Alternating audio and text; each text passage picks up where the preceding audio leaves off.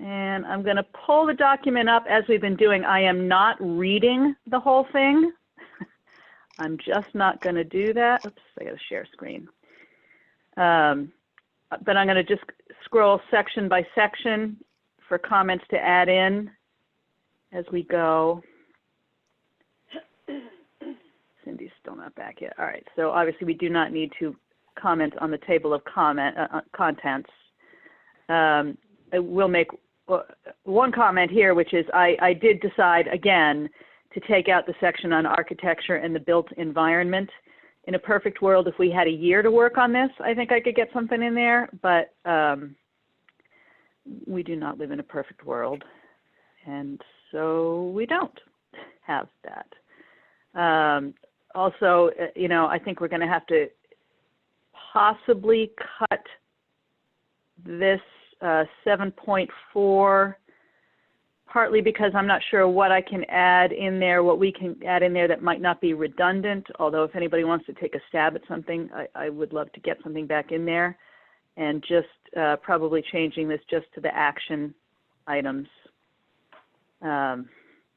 You know, there's a certain recognition of the time factor here and how much we can get done in a week time, you know, even with a big group. So I think we can probably also skip the introduction because it's just an introduction. And we'll go to, so proceeding apace. Section 2, Town Overview 2.1 Location. I will now entertain comments, questions, additions, deletions, and other edits. I put these in today, so you guys don't have these in your copies yet. Oh, somebody's coming in here. Looks like it's Dennis Blanchett.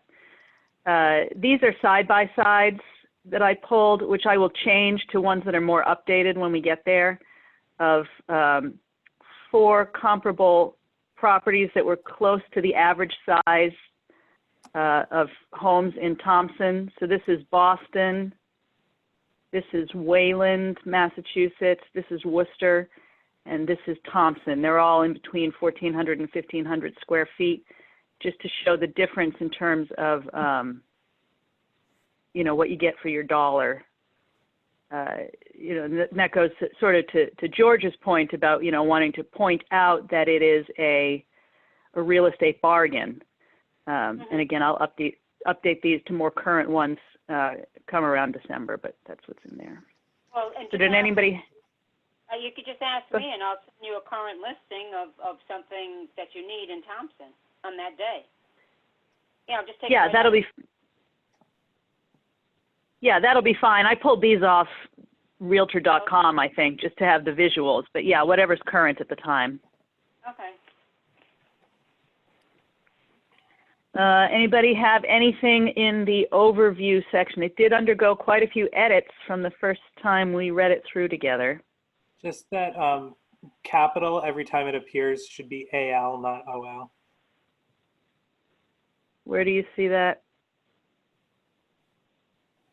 Let me make sure that what I'm looking at is what you're the same thing. Yeah, so Thompson, in the third line here, Thompson is located within easy reach of the 3 largest cities in New England and 3 state capitals. And then in the next Isn't line, the construction TOL when it's a capital city? just a building. Just the building. Aha. Thank you, Mr. Language Teacher. That's what I'm here for. Oh, and then you're just in the next line too.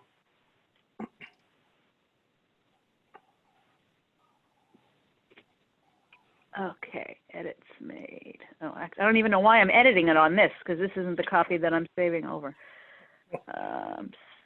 Circling it here and circling it here. Okay. Anybody else have anything, either form edits, content, additions, deletions? I actually had, sorry, a couple edits on page Well, it was in 2-1. We're in 2, right? Section 2, town. We're in 2-1. Yep, we're still in Yeah, 2-1. okay, I think, oh, okay, it's below where you are now. Sorry, I'm just being thrown by the images. By the pictures, yeah. I'm like trying to scroll Yeah, back it and forth. does and match throw it up. okay. Yeah, it does throw the pagination off, though. So this is highlighted because, yeah, go ahead. Go ahead and talk about it being highlighted. That's fine. This is highlighted because Dennis Blanchette called to my attention that these are not actually water bodies because they are created. Okay, I and that was sort of, I wasn't going to draw that point, but if you wanted to leave it, you should probably say 2 significant water bodies associated are West Thompson Lake, not the dam, because a dam isn't a water body. Oh, right, of course it wouldn't be. And if you wanted to include well, no, you've got aquatic reservoir, but I would also add that is an impoundment of the 5 Mile River, since you know that West Thompson Lake is an impoundment of the Quinnebog River, just to keep it balanced and Yep. the same. Tara? And that's, yes? Chair, I'm going to have to mute myself because she's not coming back and she hasn't done this for so long. I got to get in the car and go look for her. Okay, we'll be here. Okay, all right, bye. Sorry, good luck. All right.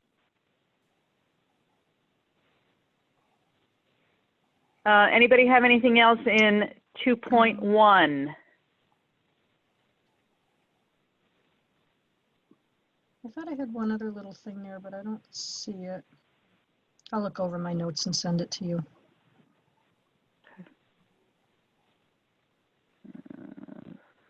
Should have dragged up, but.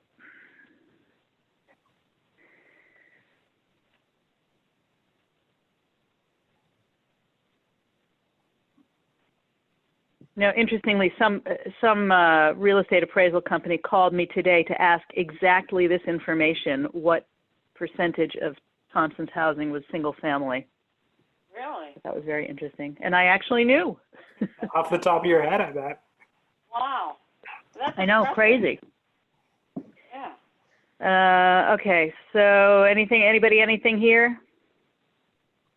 I didn't have anything in there. Okay. This is the CERC data. I'm trying to drop these. I'm going to have somebody help me with formatting, and this is the end. I am not a formatting whiz. The fact that I could get this in here at all is somewhat miraculous. I can probably try to help. Yeah, I will be happy to accept anyone's clerical assistance on this, believe me. All right, so that's data. We're not really doing nothing we can do about that because data is data. History. We did make quite a few edits based on Joey Martino's suggestions and the commentary from the very first session. So a lot of this is his. Joey Martino is not on tonight, but did anybody have anything to add, subtract, edit, comment on in history? I did not. Okay.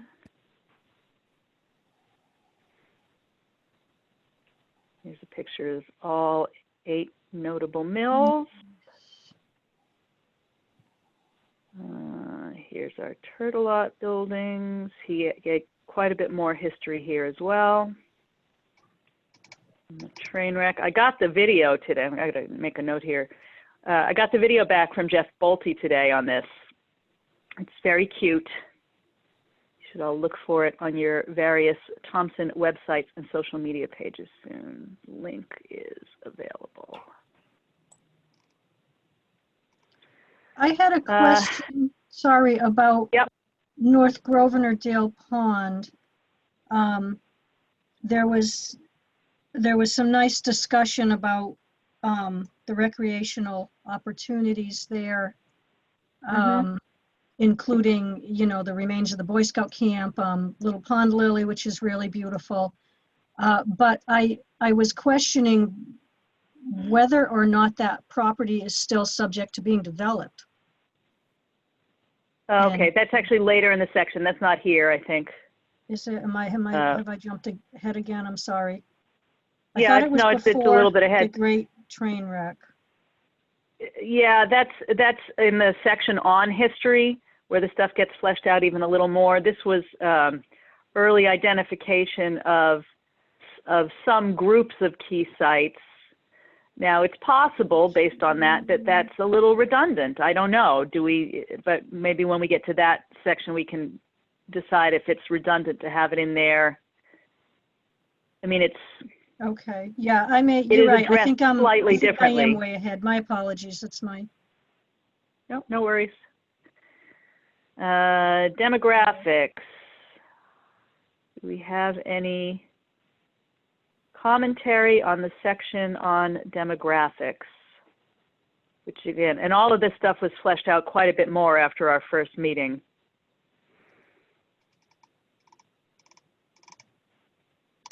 no, I didn't have anything. Okay, looks like Karen Durlack is coming in. All right, so we'll move on.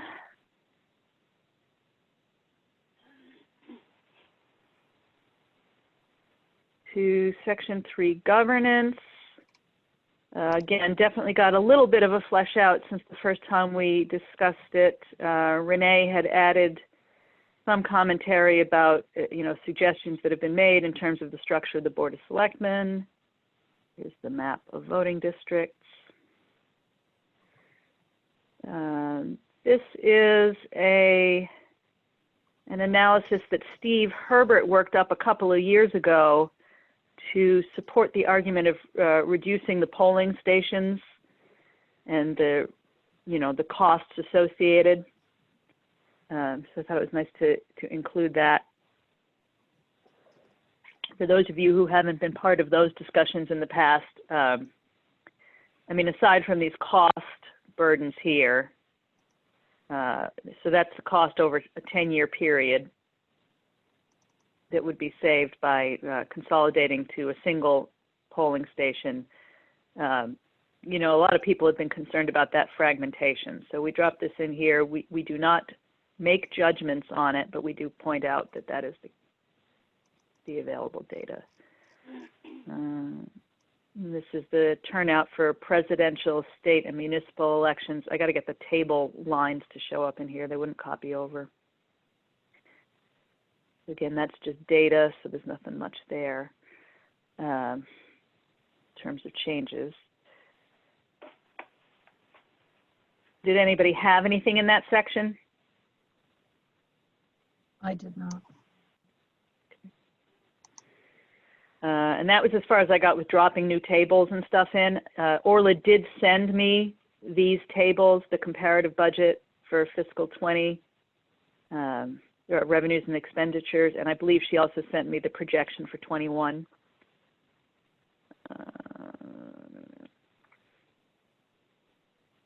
And I do also have a table for the number of referenda required between these years, 2009, 2019. It's kind of a messy format, but I do have it. We could drop it in there. Question is, do we want to, I guess? Or is this information just enough?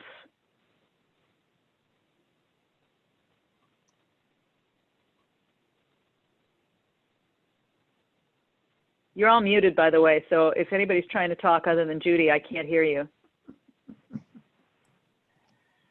I was contemplating. I don't think the table is necessary. I think, especially if it's a unwieldy table. I think the information. Yeah, I love a good table, but I think I would have trouble getting it in there in a legible form. But that could be just my problem. It's hard to tell sometimes. All right. None of these first couple of sections are the charismatic sections, but although civic engagement's kind of charismatic, does anybody have anything in here? Because I think this is a place where we can make some and I think we did make some substantive suggestions. And again, that was a lot worked out with Renee and Charlene in particular. I'm just going to keep scrolling till people stop me.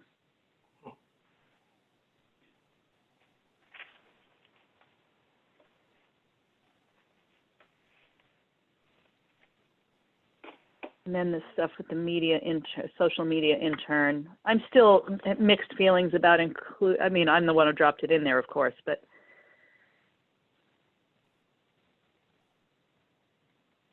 You don't think it I should don't know, go in there? Well, I don't know. I certainly did when I decided to put it in there because it bolsters the point. And I do think it kind of marks a moment in time, like here's the first one. And, you know, what this kid's observations were about what was effective about what he did. I thought it was kind of interesting. And he pulled those graphs for me that come up next. Mm-hmm. Yeah, I keep it in only because it's kind of the initial intern that we've got, and it'll be something great to look back on 20 years from now. You know, that's the whole point of it. I keep it in. There is something I do like this idea of replacing it with a video link, right? Like something dynamic, which is what he did, right? Yeah. Yeah, Renee said she would reach out to Jonathan at college because he's a freshman at Emerson now to see if he would do something for us. So I will touch back with her on that again. We have a new intern, by the way. He's been on 2 or 3 weeks now, 3 maybe. Nice kid. Recent graduate of Bentley. Wow, right up your alley. Music. Well, no, not Berkeley. Oh, Ben- duh. Okay, sorry. In fact, wait a minute. It might not even be Bentley. I think it's Bryant, now that I think of it, in Rhode Island. I think it's Bryant's Bryant. Rhode Island, yeah. Yeah. That's where my kid went. Bentley. Bryant? Yeah. Bryant is Rhode Island, yeah. Yeah, Smithfield. It's a half an hour away. Yeah. Oh, I've played a bunch of volleyball tournaments there. I know the gym well. Exactly where it is. Huh? All right. So These graphs again, are here's great, a I little. think. Yeah. Yeah. Here's a little charismatic section for us, the suggested action steps. And in a lot of ways, these are the meat of the document, right? Anytime these come up. So this is something that was definitely refined a bit after the first couple of meetings and a sit down with Renee and Charlene in particular. So I will now entertain suggestions on the suggested action steps. So we have refine the municipal website, lower barriers for participation in public meetings, and these are the highlights. These are the more specifics. Formal policies to be established for board, committee, commission members, recording secretaries, and other staff responsible for hosting, and that is specific to online meetings, which I think we've all gotten much better at, but I think we have to acknowledge that they're going to be here in some form in perpetuity. Increase the frequency of online communication to residents, primarily via email.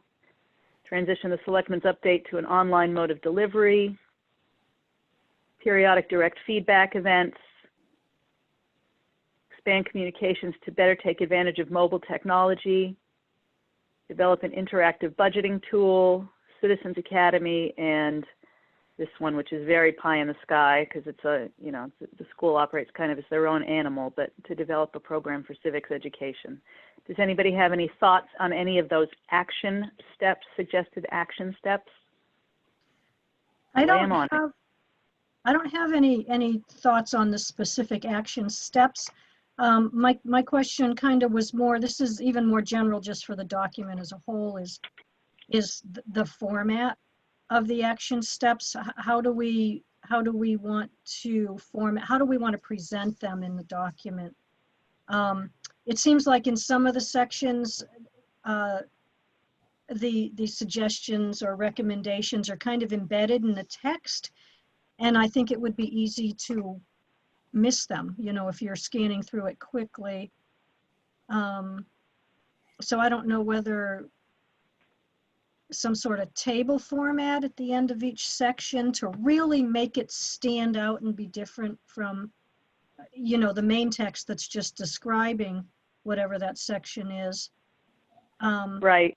And then something else that I've seen some towns do, and this is just whether or not we decide we want to do it, is try to even put some qualifiers on it, like who might be responsible for doing this, you know, what selectmen or Board of Finance, or, you know, depending on whatever the suggested action is.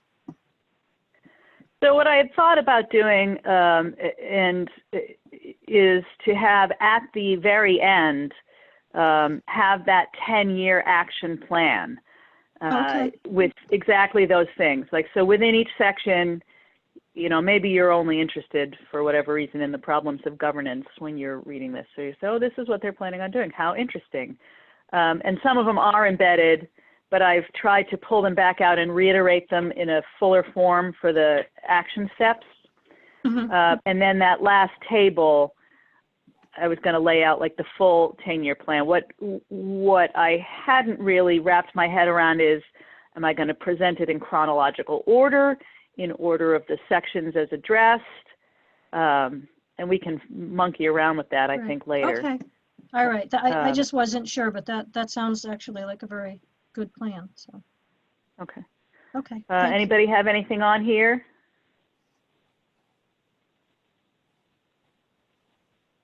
Can't see everybody who's here. Does the school system not teach civics? I have no idea what they teach up there.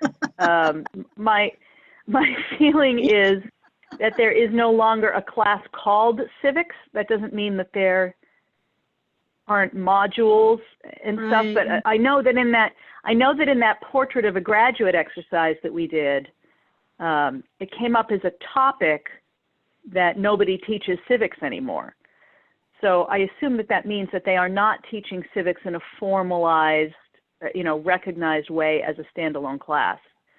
And given, you know, given how small the student body is, I guess if 10 years ago I were making cuts from the budget, civics might have been one of the things I would have cut too. Who knows? I actually never took civics in high school, and that was more than a couple of years ago. And it was definitely still offered then. So I don't know. We can leave that as a question to check up on. I have not heard anything back other than occasionally acknowledging that they'll be a part of it from Kathleen on the Board of Ed's participation. I believe they are planning on writing something up independently and sending it in. So I don't know. Oh, that might be a nightmare for incorporation. Somebody just texted me and I want to see who it is.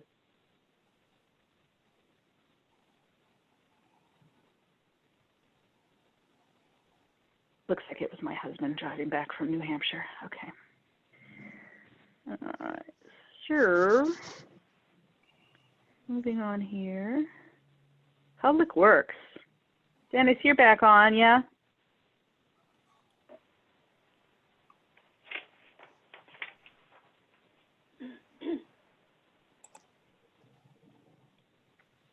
Dennis Blanchett?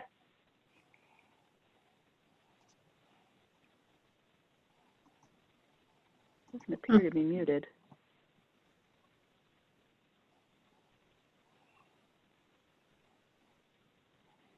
Dennis, I'm particularly looking for any additional commentary from you on this. I mean, I think we've done some work in here.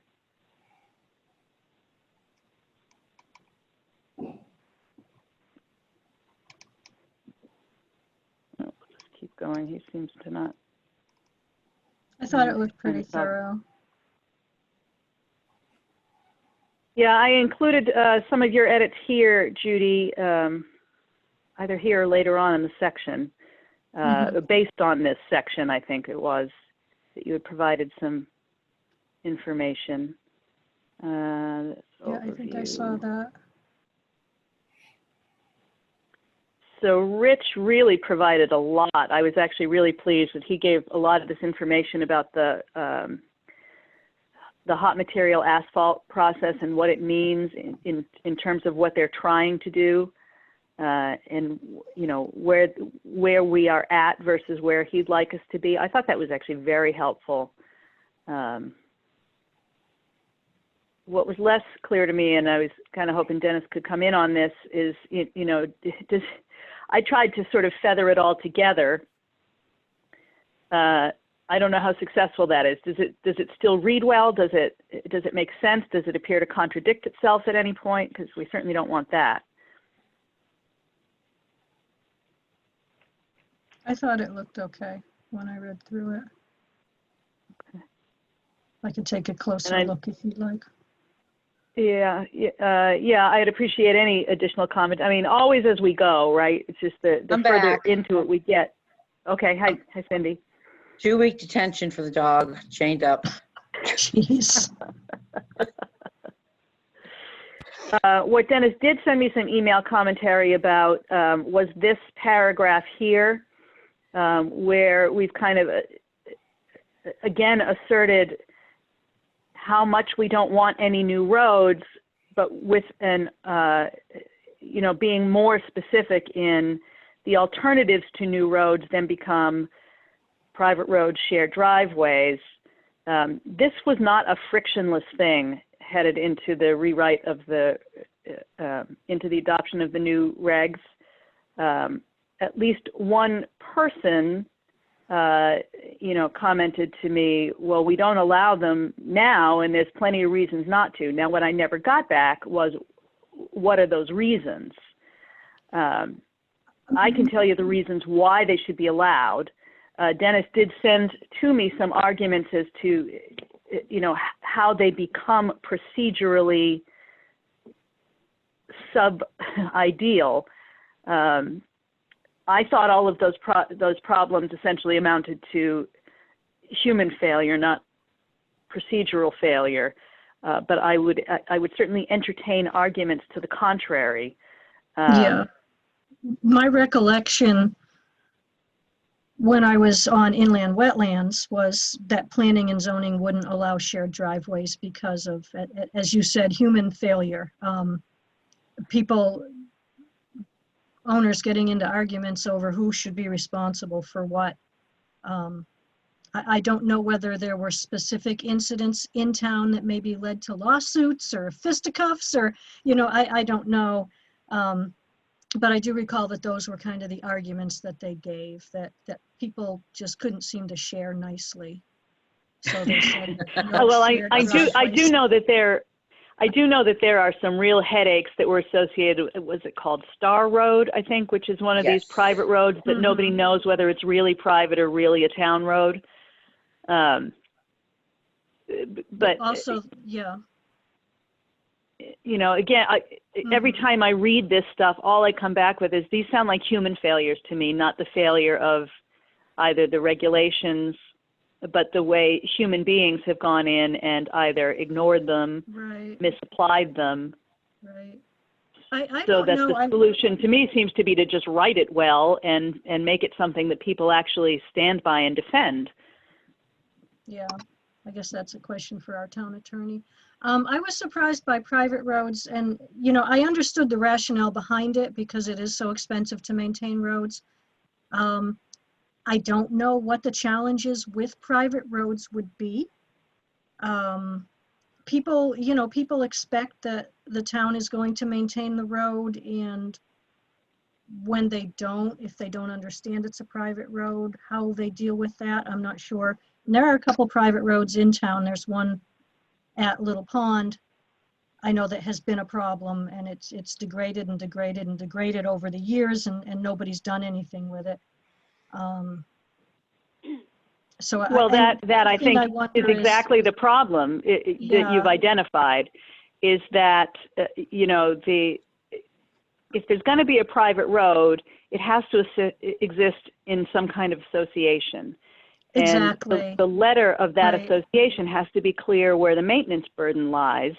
Right. But if the homeowners of the association fail to do their maintenance, it does not then become the town's problem. Dennis's point was that it ends up becoming the town's problem because either people get sold to and don't have it explained if it's in an association, or they really just didn't believe that it was that, that that's the way it was. Yeah. I will fully acknowledge that is a potential pitfall.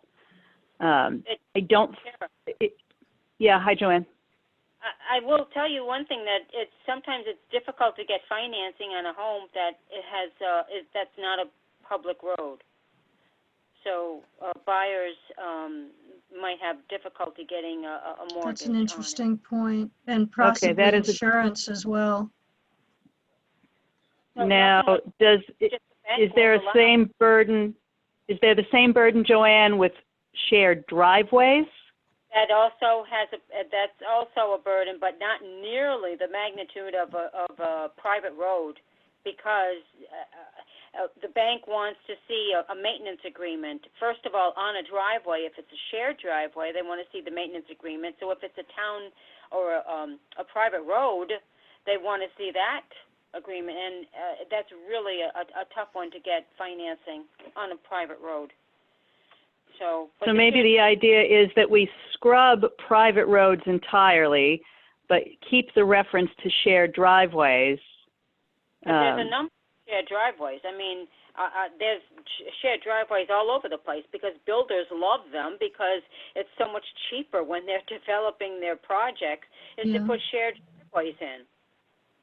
And then It's also encouraged, in environmental, conservation subdivisions and things like that.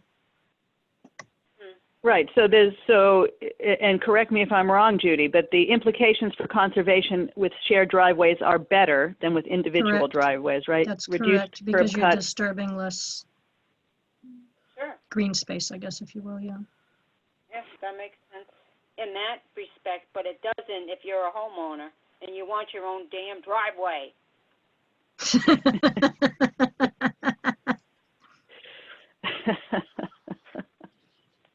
Because they're always going to argue who's going to plow. That's the first question they ask. Who plows this? And how much am I going to pay? And of course, the both parties have to divide the cost of asphalt and maintaining the driveway, and it's a hassle. And you may like your neighbor today, but if that neighbor moves away and some other undesirable moves in, and you have to share everything with that.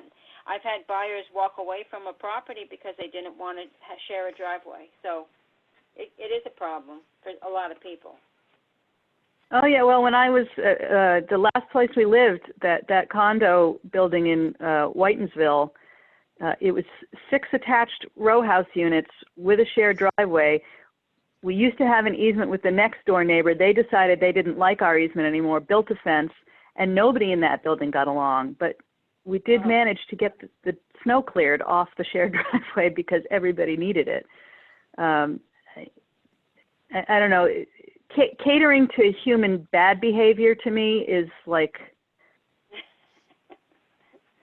Urging it. It just sets my teeth on edge. All right, I'm circling private roads here as possibly just eliminating that reference and underlining shared driveways. And I'll as this gets further along, I'll run it by Rich Roberts when we're getting closer to the finish point. Anybody have anything they want to add on the density aspect of road maintenance? No, but can I go back to shared driveways? You may.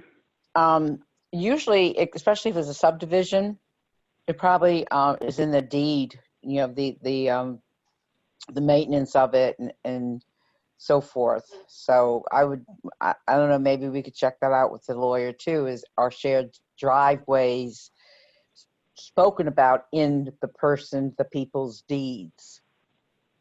Well, Joanne, you probably know that.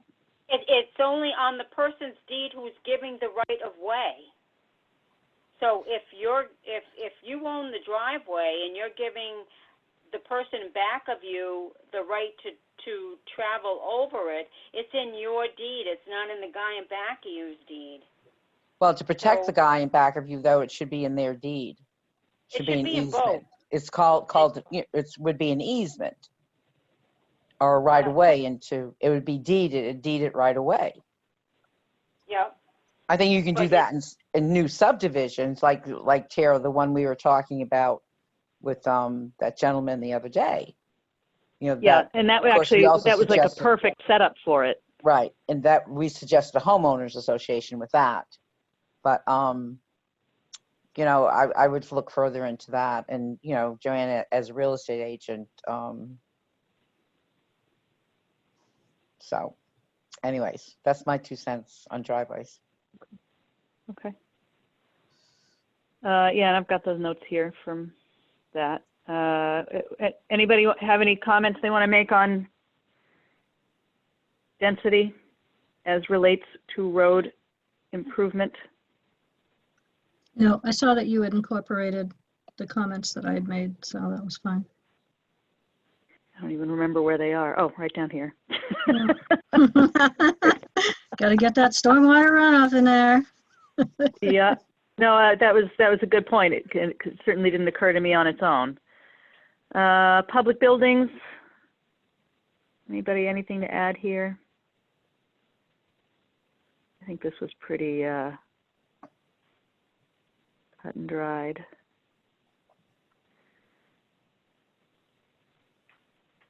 The building committee thing, actually, I asked John Rice about this, and I've got to go back on this. His point was that the building committee is directed by the Board of Selectmen, that they can't take action on their own on anything, which was news to me, but I guess makes some sense. So this is my recommendation here, because there is, I cannot believe that there is no 10-year plan. I think that's a great idea. I was absolutely gobsmacked that there is no overarching published or accepted 10-year plan to work for. What do as they far do as I'm then? aware, They must just react to problems, right? Oh, well, what I happens thought- is the Board of, yeah, pretty much, the Board of Selectmen decides to go out to bid on certain projects based on emergent need, I guess. And then when those bids come in, they refer them to the building committee. So the building committee is advisory to the Board of Selectmen. But to me, that does not preclude having a master plan in place that they would work up with the bill. I mean, that was cuckoo to me. Well, yeah, you know, the roof is 20 years old. In 5 years, it needs to be replaced. I mean, that they should have a plan. It just seems commonsensical. Karen Durlak, I see that you are here. This is pretty much exactly as you and Lynn presented it to us. I don't know if anything else you wanted to add, subtract, comment on. Well, I'm just noticing that the title of the recycling station, again, does not match what is on the flyer that we hand out. Okay, tell me what it is again. Well, I don't have it in front of me. I believe it was transfer and recycling station. I don't know exactly if it matters. Oh, you want to be consistent. Right, the little brochure that we hand out in the tax office. What's on that is what we should call it. All right. So I thought that you had said that what's there now is what it was and that it just wasn't matching in certain sections. Okay. Yeah, but I don't think the word center is on there. It's like transfer and recycling station. I think that's what it is, but I don't have it in front of me. All right. So I'm making a note to double check. So that would be the title and the first line. Yeah. And that. Oh, great. My pen's running out of ink. How about this one? That one works. Okay. Everything else here, Karen, you thought was pretty good. Like it's almost entirely Lynn's text plus whatever you gave me afterwards. So what's the waste management doing in there? What are you doing with that? So this is a whole section on waste management. Oh, okay, I see. Okay. Which has subsections. Okay, I missed an A. Okay, fine. Yeah. So A is the transfer station. And B is the note on commercial haulers. And then the grassroots programs. And then the action steps, well, these weren't action steps so much as an identification of challenges, and then we posited some action steps in here, or Karen and the transfer station committee. And I'm pretty did I reiterate? Well, we'll see when we get there. I may have to reiterate some of those. Oh, as long as we're here, we're wrapping up that NIPS program at the Maker Faire thing. If anybody's around, Senator Flexer, State Senator Flexer, and the two guys from the beverage industry, not-for-profit, are going to come that day, and we're going to do a presser on it. We're going to have the entire quantity of NIPS there at Riverside Park in their clear bags. So In the same bag, Mark, you have to take them out. what's that? I said, are they in the same bags that we put them in, or do they have to be taken out and put into something else more respectable? Oh no, they're in those clear bags. Okay. Are they, Okay. are they full? Just kidding. Most of them are pretty full. In fact, we had to No, double I bag don't mean some the of them. bags. I mean the nips. Anything in them? Oh, well, if you'd like to go searching through them for stale Jim Beam apple, you're welcome to. That's okay. Hey, maybe we can put them in a pile and then kind of take that plastic wrap, that they do in the factories when they take the plastic wrap and wrap it around bins. The shrink wrap stuff? Yeah. So we could make like a tower, or, we could make it a bigger kind of one-piece thing. I don't know how we could do that, but don't you? I don't know. We've got a couple of weeks to figure it out. But yeah, they're probably going to sit in the gazebo so that we can have the presser in front of it. But we'll see. My lap desk is falling. Bear with me. I'm feeling very discombobulated here. Okay, sidewalks, bikes, paths, and trails. I actually think this is an area where I kind of stopped typing in because I ran out of time on the week that we had, and I don't think I ever quite went back to it. I mean, this is just a statutory requirement, so this is fine. And this is describing the sidewalk project, so that's also. Karen, were you a part of that road safety assessment in 2016? Well, I walked around. I never really saw the results they handed back to us. Okay. I might have asked you that last time too. Now there is an action plan in that as well. So it had occurred to me, not necessarily at the end of this subsection because it's so long, but in that larger 10-year plan to peel those things out, because there's a lot of recommendations in there, and include that in the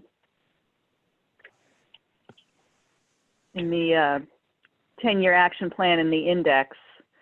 But some of the recommendations are by this outside group and not necessarily what the town wants to adopt. I suppose that's it true. hasn't. I don't know if it's ever been discussed. The selectmen may have discussed it. This is good. Yeah, let's do this. I have no idea. Yeah, it's too bad Renee's not on here because she was a part of that. I know. I don't know what their process was. I have the report.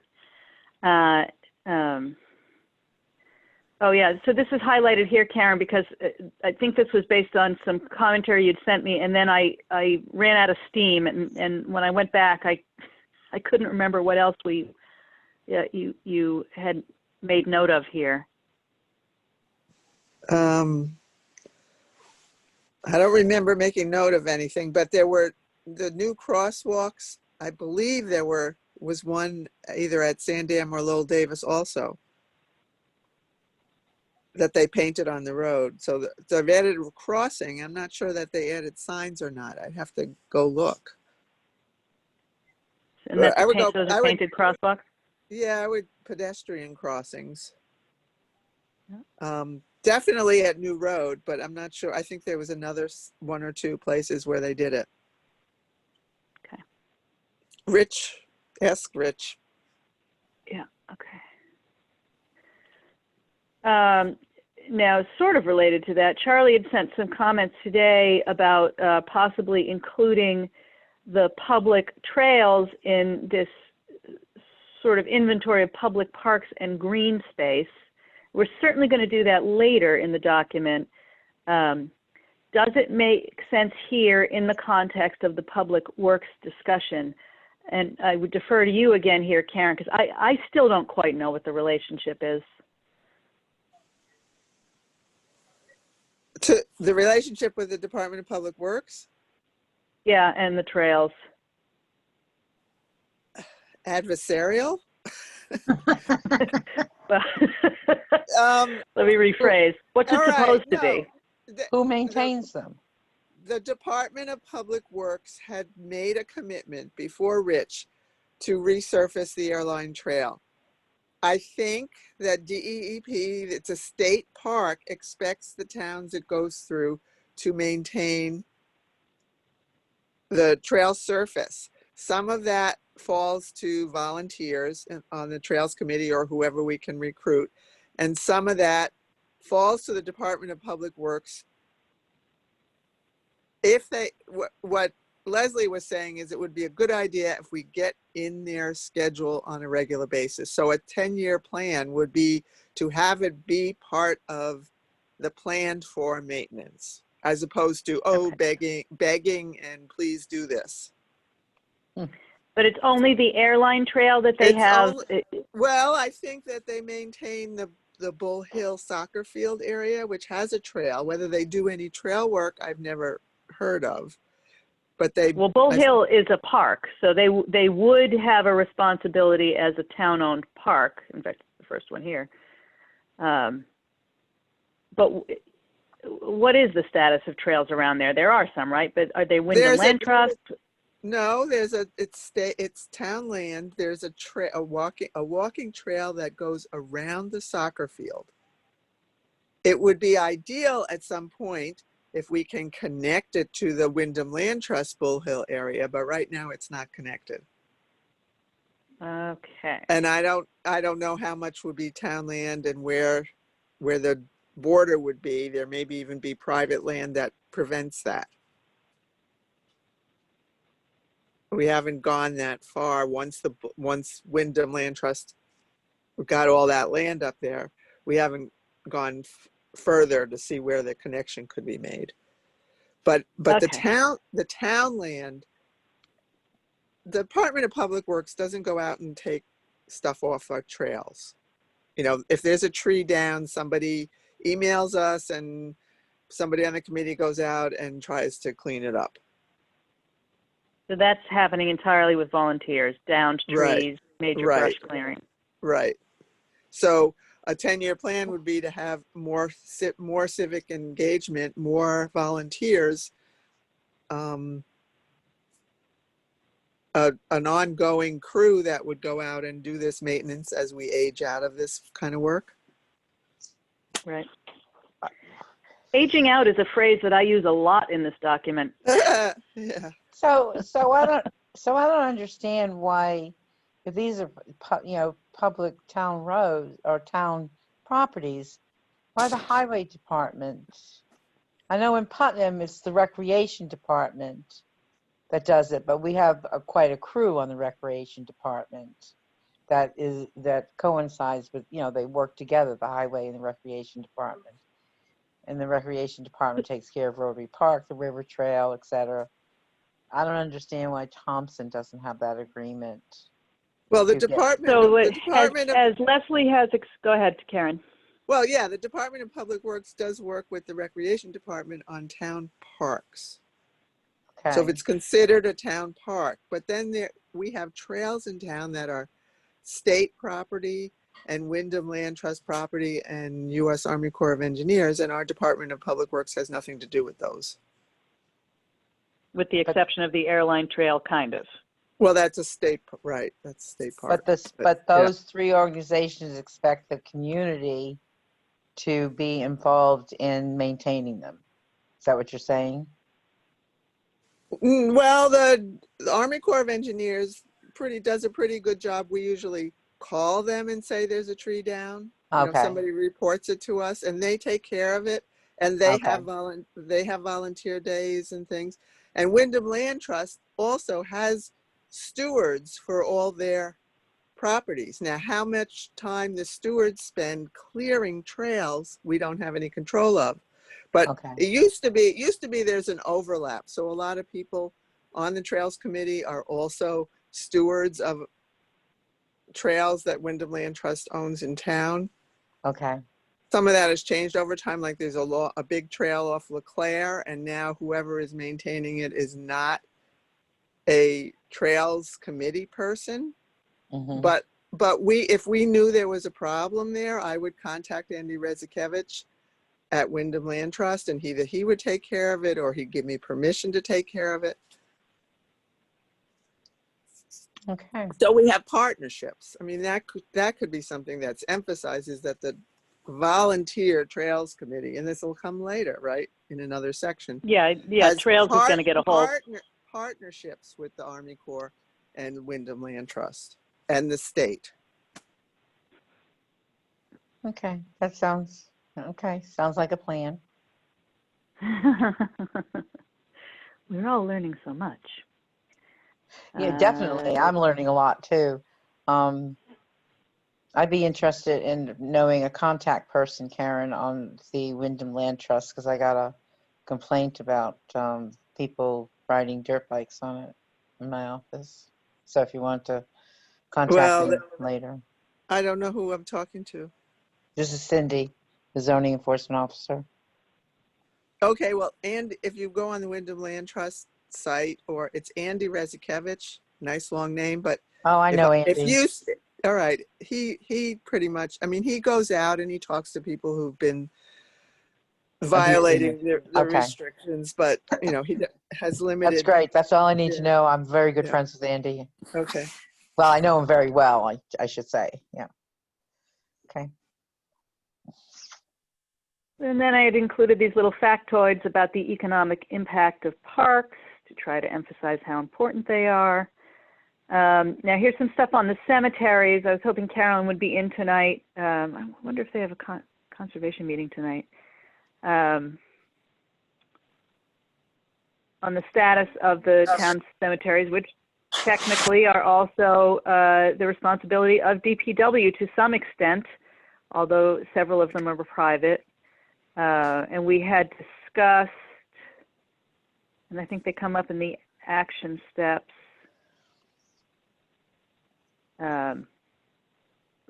doing some awareness type events around the cemeteries, because they can in fact be a tourism draw. But here's our suggested action steps, again, getting to the charismatic part. Anybody who wants to add, edit, make any other suggestions. Engage a stormwater corps under the NEMO program at UConn to develop an impervious cover disconnection action plan. We are on the list for next year. We missed the cutoff for this year.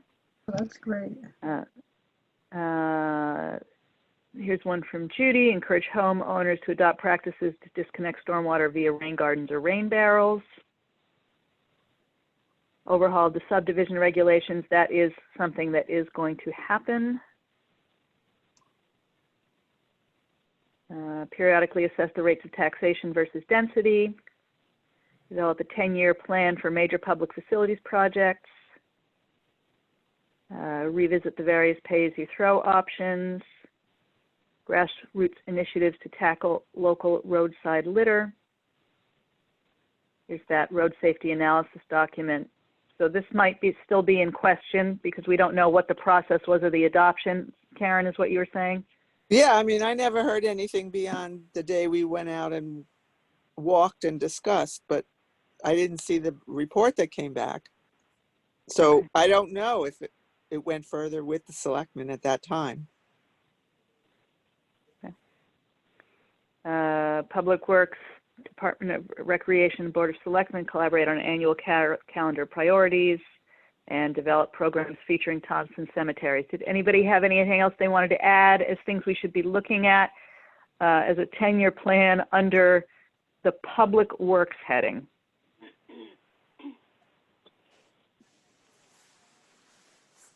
Going once.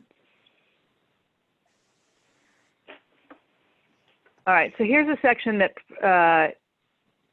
hasn't had one of the evening meetings. Cindy and I went over this together, and I independently sat down with Steve Benoit, Emergency Services Manager, and had some input from Chief Grauer at, what is he, West Thompson or Thompson Hill? I can't remember, but he had sent me some stuff. If you want, I can read through this section the way we did with prior sections, since it's new to everybody. This would be the only section I'd be inclined to do that, but it's up to you guys.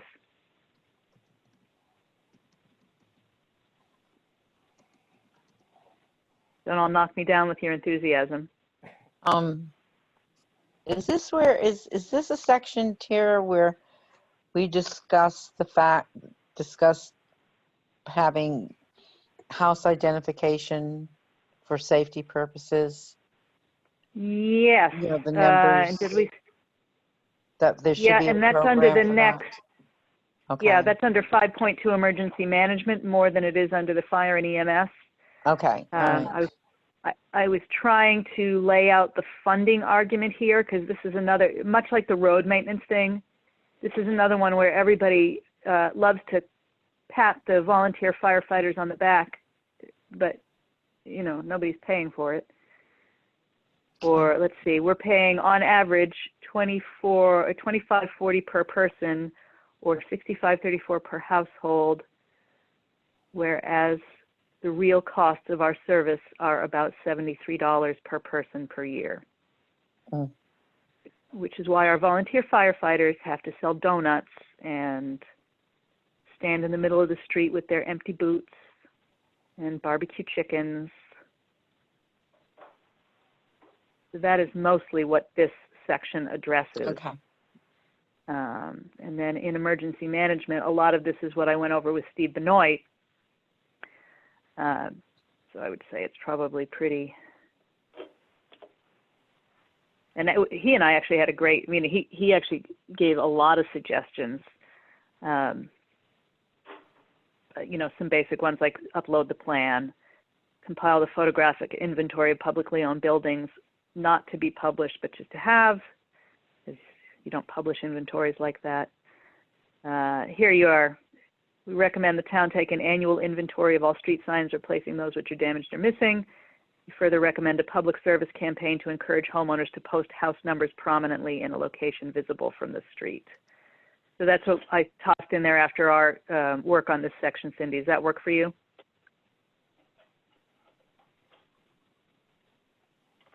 Hello?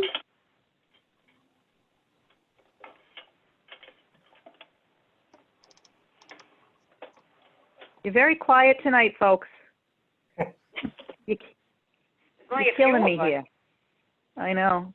I thought there were going to be more. I mean, does anybody want me to read through any of this since it's largely new? I'm fine with it. You don't have to. I thought it looked Joe very Perotti is asleep.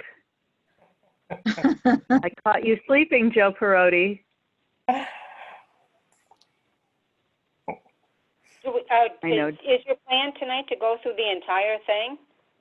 Just up through section 7, just to see if there's anything that we want to make tweaks to. Okay. And then on Wednesday night, we're going to go through the economic development section. So again, another, 3 to however many pages, whatever it ends up being. So this is, what did we miss? What do we want to go back and refine? So here's a whole conversation about how we don't have police officers, and how that's kind of probably okay as long as we have other solutions to problems posited. Did anybody take a look at that? Does anybody have any commentary on that? All right. Constables? I can't, was there anything in there about the ATVs on the trails? Sort of, right here, actually. Due to Thompson's rural nature, some illegal drug use and trespassing or destruction of property by irresponsible ATV users does occur in the town's expansive open spaces. Even if the town were to retain a resident state trooper again, that officer would not be well equipped to deal with such violations. Passive measures such as hidden trail cameras at locations known to be problematic could provide some relief to property owners troubled by frequent trespassing. Another solution that has been posited has been to organize through NECOG a program of shared rangers to patrol the system of trails connecting the Okay. towns of the Quiet Corner. While more limited in terms of the authority to make arrests, such rangers would have the authority to issue citations, and the increased presence of patrols, even if incremental, would likely serve to deter a portion of the offending behaviors. It is therefore recommended that the Board Okay. of Selectmen reopen consideration. Does that sound good to you, Karen? Yeah, yeah. I was curious, Tara, who is Jacob Keys? Should He's we- a guy who lives in Putnam who wants to do exactly that. He wants to have a ranger program, a regional ranger program that is sort of the, NECOG is the hub to serve Putnam, Pomfret, Thompson, Woodstock, I think just those four. He actually has policing background, and he Okay. did a really good presentation for the Trails Committee. I- Although I just- some, Sorry, Go go ahead. ahead. no, I was going to say some people objected to this going through NECOG, thinking NECOG was not effective enough. But he has a really well thought out program. Okay. I just didn't Yeah, know who I he agreed. I was, thought it was good. and I wondered if there were benefit to just kind of identifying who he is. I think I have the letter still of his I- introduction to us, if you Yeah. want that. I mean, you could just say, by Putnam resident, or, or area resident or something like that. My question was, who is he and what is his expertise? Why should we consider his proposal, Karen, if you could forward that to me, because I have the one where he withdrew his proposal All right. let's after see. being ignored by the powers that be, but his initial one I don't think I do have. So I'm I can, sure I have it somewhere. I will look for it. yeah, because I would be happy to add some more detail as to what that would involve, Okay. which I think bolsters the whole idea of it. Then we talk about constables. We have them, but they don't do anything because they're not allowed to currently, even though they could if they wanted to, or if we wanted them to. One of the things that constables are enabled to do under statute, by the way, is those off-road vehicles. They can issue citations for them. And one of the things that we have discussed on the Transfer Advisory Committee is having those constables maybe go up enforcing on a Saturday the violations that happen at the transfer station, such as not recycling. But that never went anywhere. See, I didn't know that one. Enforcement at transfer station. I love it when I learn new things. Pandemic preparedness, response, and recovery, which is, so what I didn't actually do was tie all this stuff into an action plan here, but this is one I think, Judy, that brings back to your point where the format's different. So I should probably consolidate all of the things that have been interspersed into one list here at the end. Right. Yeah. This may even have been one of the sections that made me think about that. Yeah, create action steps list. Okay, so there's a note there. Here's more charismatic stuff, section 6. And we've only got 2 more sections left to cover tonight. So, and a lot of this again is provided by the wonderful Joe Iamartino. He did send me this additional stuff on the lithic structures that he was talking about. Carolyn Wurge had wanted to put this stuff in essentially chronological order as to how old it was. So I'm leading with it now. Thompson Historic Mill District. This is the stuff where all the pond stuff comes up, Yeah, Judy. this was the spot. Yeah. And what was it that you wanted to Well, clarifying here? It was more a question maybe than anything that needs to be put in here, but maybe it should be put in here as a recommendation is, you know, there is a fair amount of time spent talking about North Grosvenor Pond and the recreational amenities there. But my question was, that property, as far as I know, could still potentially be developed. There was an approved subdivision many years ago, quite a large approved subdivision. Someone could buy that and run that subdivision back through planning and zoning and develop it, and that would significantly change the character of that area and those recreational opportunities as well. But we still have an easement along the river.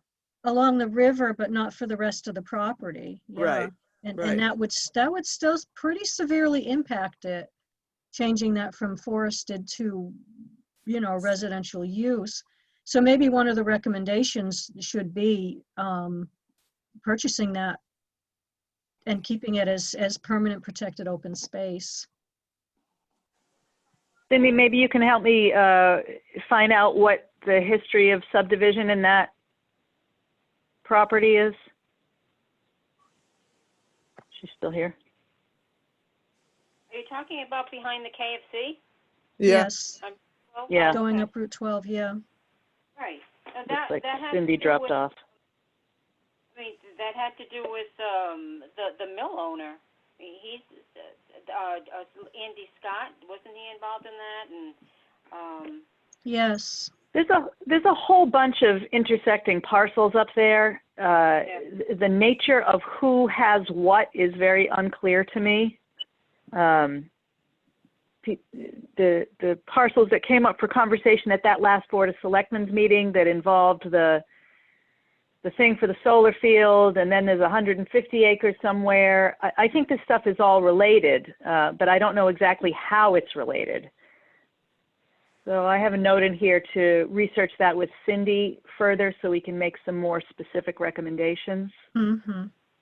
yeah, I'd say it's about 15 to 20 years ago that subdivision I don't became. think, oh, is it that old? I'm pretty Yeah, sure. 15 maybe, yeah. Yeah, I went off. It's longer ago than you think, because I can recall. Oh, It God. And it was very expensive. I mean, the lots were super duper expensive and at such a premium price that nobody could have afforded them. And I remember walking down there and having, Tara, what's the name of the guy that comes to our building committee meetings? Sean Donahoe. Sean Donahoe? Yeah. Owned Right. it. I think he owned it at the time, yeah. Yep, that's who it was. So. Yeah, and I had talked with them. It might have been right before I left the town about potentially applying for one of the big deep open space grants. But he had a lien on the property, and there was no way they would have been awarded funding to release the lien. Is that like the right terminology? Yeah, that is ongoing. Yeah. So there are complications definitely, but gosh, it would be really nice to get that piece of land protected. I'm just going to throw in that while we were working on the trail along the river there was discussion that it would look like perfect habitat for and I can't remember which turtle it is, but there's an endangered turtle. Probably the wood turtle. Yeah. Yes, the wood turtle. And if we Yeah. can have a sighting, that would help. I had one at my house last summer, and it's not real far from the pond. All right, well, we need a documentation. If I see it again, I'll bring it over there. Nobody heard that. Bring it over and take a picture. like the gnomes that travel all over the world. Right.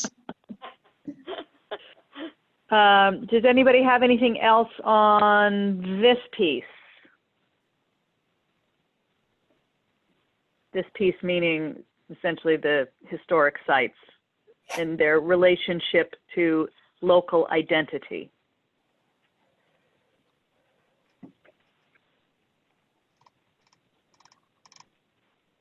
I guess I don't. Okay. No. Looks good.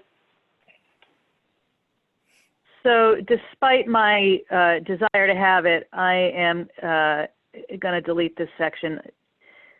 I did ask Steve Lewis. He said, yeah, that sounds like a great idea, but I'm not going to be the one to do it. I don't have time.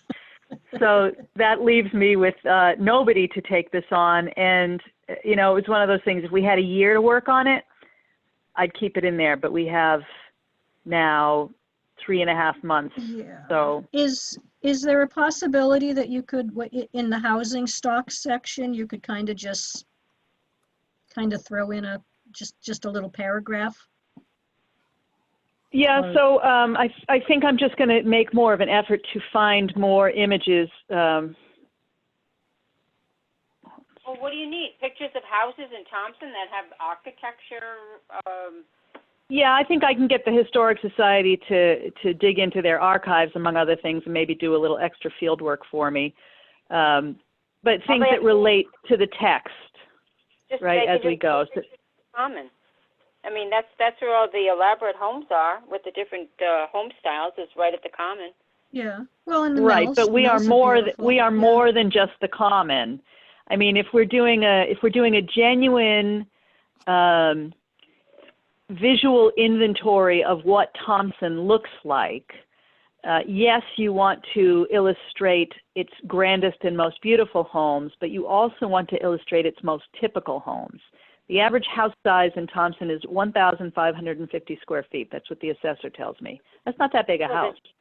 Go down the street and go up Rachel Drive or Klondike Street and take pictures of ranches that were built in the 60s. I mean, it's easy enough to get pictures of this stuff, but if you don't have to include it and without much effort, I think we have enough other stuff regarding housing. Yeah, I think we can. I think we can scrub that. Yeah. I always like to have all the bells and whistles. I am not a minimalist. Sometimes I have to fight my own tendencies. Here, All right. Cindy, So this is, Cindy apologizes. She lost her internet connection. So yeah, I that's- saw her drop out. Yeah, she just wanted to let you know. Yeah, she told me she had been having trouble. I knew she might drop out. So this is Historical Society stuff. I think we can breeze through that because it's exactly what Joe wants it to be.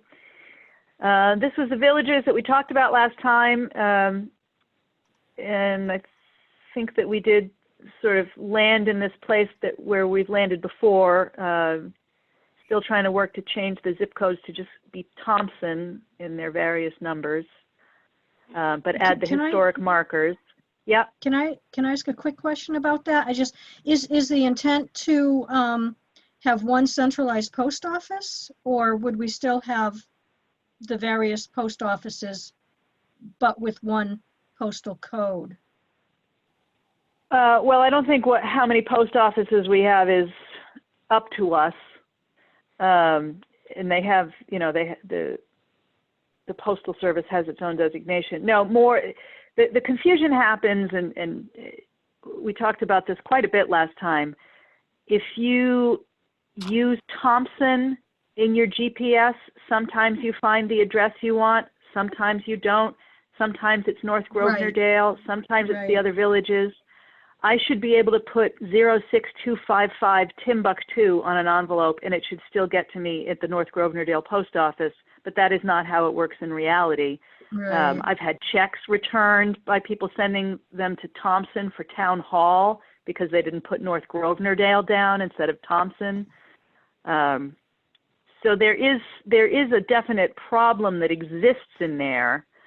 The one that has been posited is to just change it so all the zip codes say Thompson, but then people have their attachment to their historic villages, so we should acknowledge that they exist. Right. Well, and mark not them. only that, but I'm thinking, we have some areas where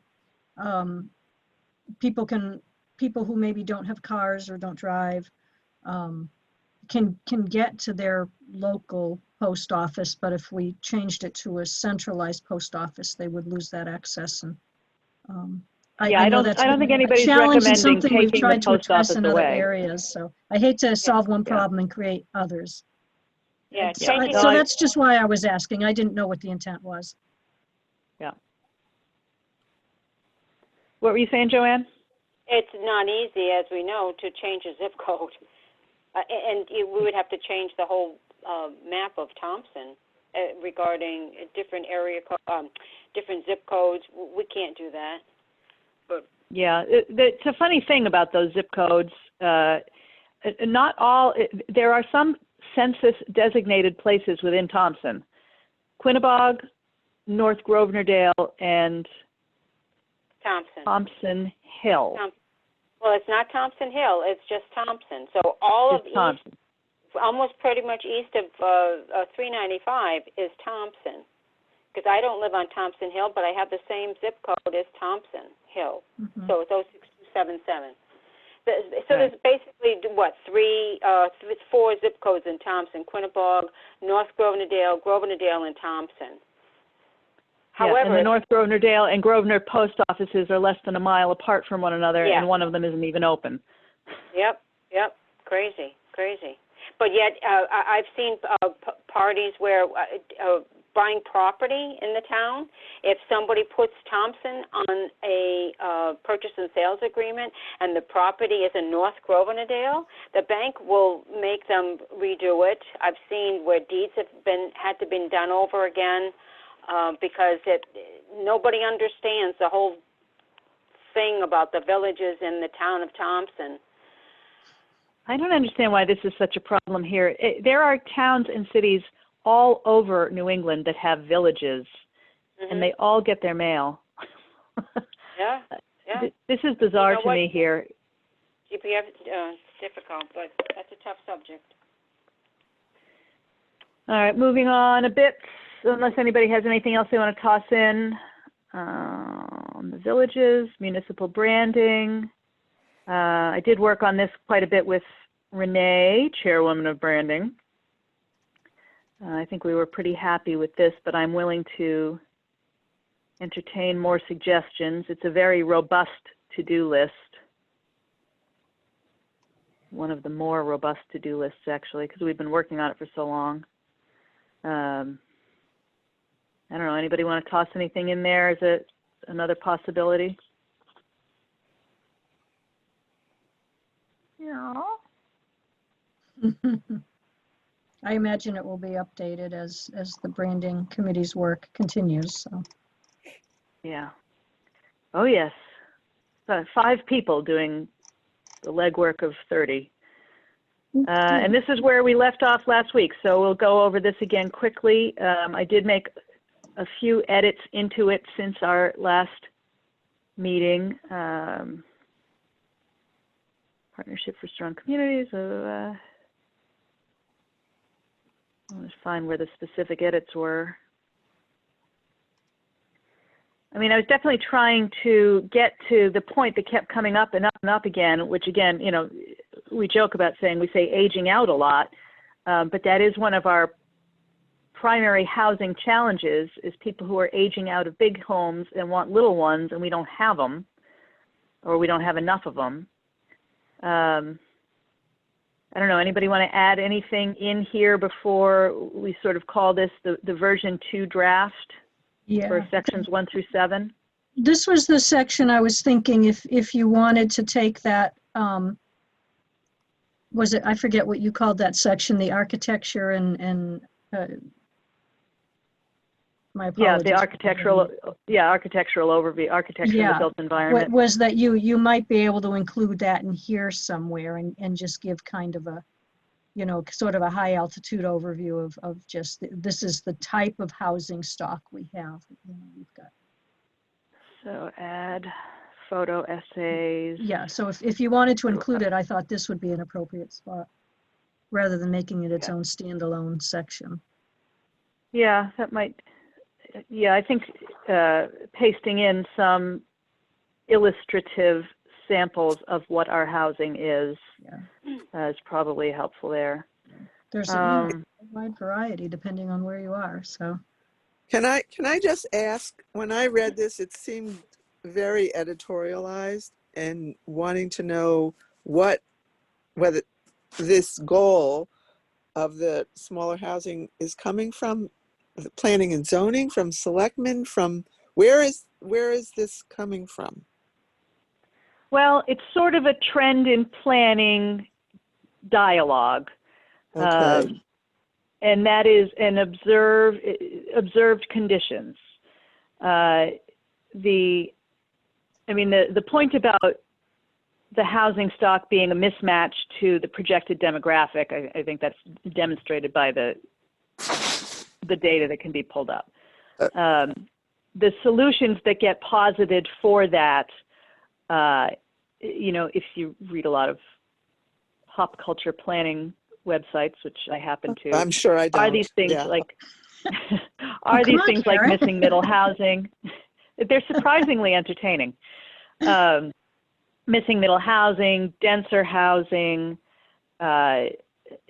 mixed income development, that these are the things that not only make more economically sustainable communities, they enable more kinds of people to live in communities, to age out of large homes into smaller homes.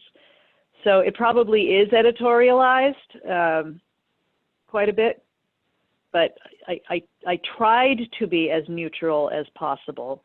If you can point to specific things that stood out to you, Karen, I can always go back at them. No, it was just the general tone. And I was like, well, if you had done did this ever come up at one of the community engagement meetings?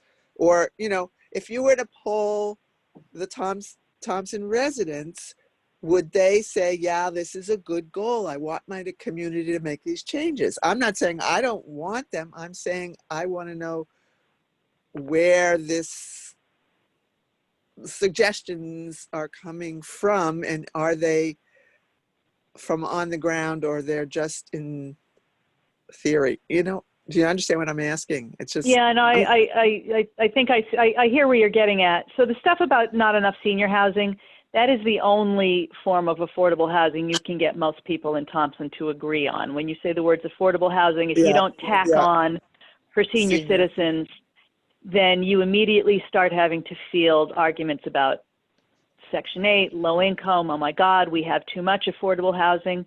What I can tell you is that Thompson does not have 10% affordable housing, designated affordable housing. And that means that in certain circumstances, the town of Thompson is at a specific disadvantage, which is to say, if a developer comes in with something called an 830G proposal for multifamily housing with affordability built into it, it's very hard for the Planning and Zoning Commission to turn that down, to the extent that those developers can essentially ignore wide swaths of the zoning code, and the burden is on the town to prove that it is unsafe or otherwise untenable in order to block such a development. So in other words, the developer is privileged over the town. So we don't have enough affordable housing in the eyes of the state. We don't have enough housing specific. Go ahead. Go ahead. All right. And I got that point when I read it, but maybe then you need to change the emphasis to say we're being proactive because of these reasons. Or it just, the whole section's, you didn't make a good case for why we should do this. I saw that 10% number, but maybe there needs to be more emphasis there. Yeah. Okay. That I think I hear. not I think I hear where you're not, going. We're not in line with where we should be. Right. So what I was trying to do, and I think this is where you're reacting to it being editorializing, is I'm trying to disarm some of those arguments that come up. And they come up. I mean. Yeah. Maybe not every week, but maybe every other week I will have a random email or message in my voicemail saying, why are we allowing low-income housing in the mill? Well, first of all, we're not, because we have nothing to do with that. That's a private developer. And he has plainly said he's not interested in putting any kind of affordable housing set of sides in there, which actually kind of aggravates me. Hmm. So the arguments that get made are not factual in terms of what the nature of the resistance is. So I'm trying to identify the arguments that come up and then present the facts in contrast, but it's not like I have these arguments in a publication. These are people who call, who stop me on the street, who occasionally, lob comments into public meetings, but you can't attribute them to an individual. They are fairly common. And I can tell you, without throwing any particular people under the bus, that I have heard more than a little bit of anti-renter bias in planning and zoning meetings, which I did not react at all kindly to when they came up. So disarming bias, which is in and of itself unfactual, is wicked had. But I take your point. I mean, what you want though is for somebody to read this section and not have that reaction and start saying, we don't want these people here. You need this section to not be more neutral, but somehow, I don't know. It's like my reaction to it is, I bet the people in town wouldn't agree with this. And so, well, I think you'd win that bet, Karen. What? So I think you'd win that bet. Yeah. So how do we write this section such that somebody doesn't read it and say, that shouldn't be in there? That's what I'm saying is, like, before a lot of the other stuff came from other committees and stuff, and somehow this section needs to sound like it's coming from a common goal. Yeah. Sorry. All right. No, I don't be sorry, Karen, because this is exactly why this is exactly why I'm not writing it alone. I could write it alone and it would be 150 page Tirapen editorial. Yay. Who wants to read that garbage? I would read that.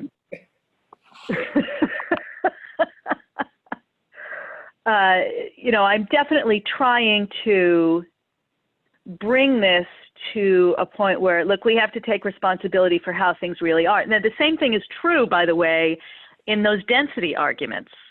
If you were to go flat out into the community and say, we should have a denser community, the knee-jerk reaction, I will bet you, 7, 8, 9 times out of 10 is, what, are you crazy? We want this rural community. But, and so those arguments, they were easier for me to make factually because I could put my hands on the local figures. Right. In other words, it costs us this. Right. Yeah. Right. So this is more slippery. And aside from the fact that I can show you how old we are, I can show you how many big houses we have, I can show you how many single family houses we have, and I can tell you that people think there aren't enough place for old people, and we don't have enough affordable housing in the eyes of the state. I'm trying to flesh out the pieces between that. So if anybody's got any suggestions here as to what would make that argument more compelling, please, I am all ears.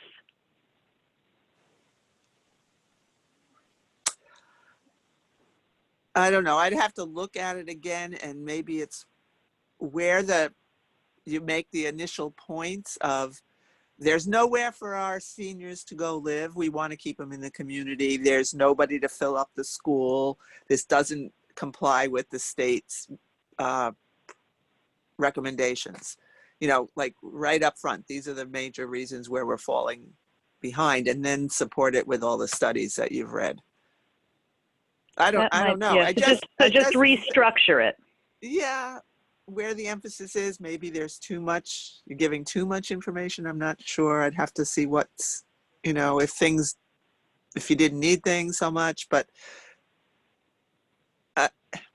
it just was like, my question when I read it is, who is saying this?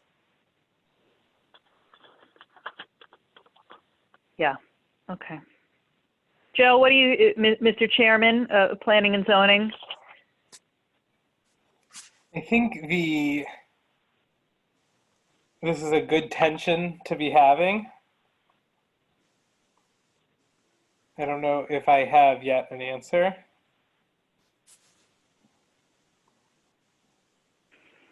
Well, what I want to do with this, with each month after we have these refining periods, is present this back to the commission. I mean, they don't have to print it out and discuss it the way we discussed the zoning regs. But this document is ultimately the statutory responsibility of P&Z. And you and Charlene are the members of P&Z who are on the group, the working group in general, and then obviously Cindy and I are staff doing work on it as well. So I'm going to put it on the agenda under Director's Report for Monday. Yeah. I don't know how you want to discuss it. I guess I would kind of leave part of that to you as the chair. I certainly think that the commission should be making some choices about affordable housing, although I say that with some trepidation.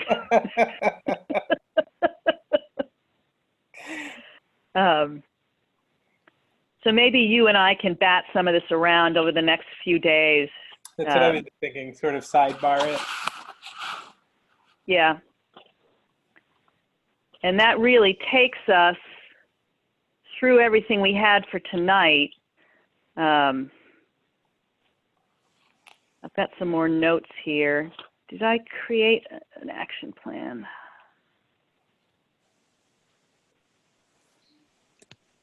I think I did. Can I ask you when the trail stuff is going to come up?